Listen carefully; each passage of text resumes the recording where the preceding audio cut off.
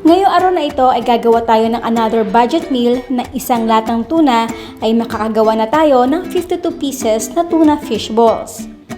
Ito ay malambot, siksik, pwedeng pang ulam, pang merienda, at syempre pwede rin pang negosyo.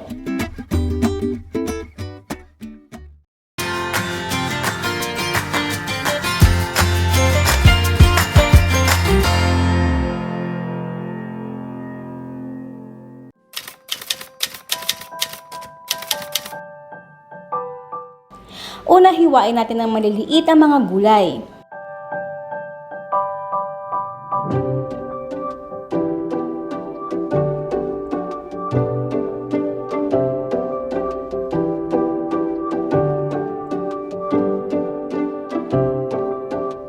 Meron ako dito na tuna in sunflower oil.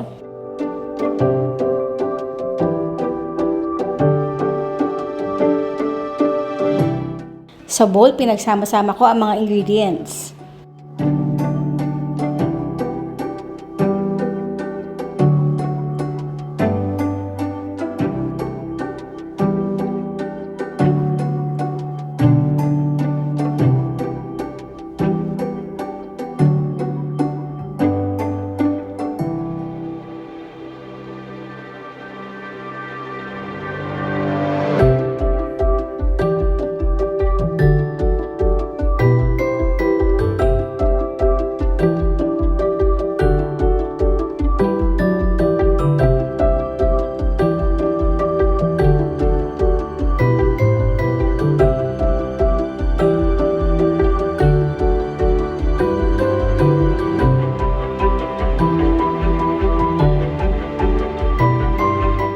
Then, paunti-unti natin dito ilagay ang tubig.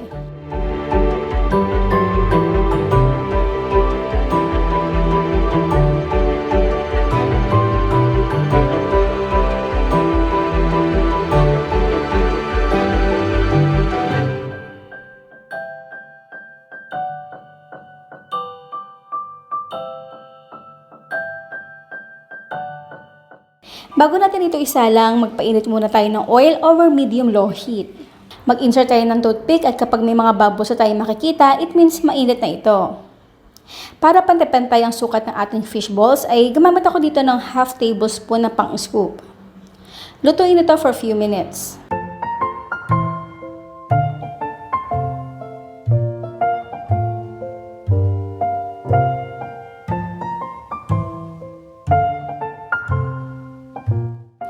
Dito nga pala sa ang Sarap Grabe, ang dami-dami na natin nagawang pang merienda na balls, katulad ng fresh na tuna balls, homemade chicken balls, at sardines fish balls. Lahat ng yan ay mapapanood sa ating channel, ang Sarap Grabe YouTube at Facebook page.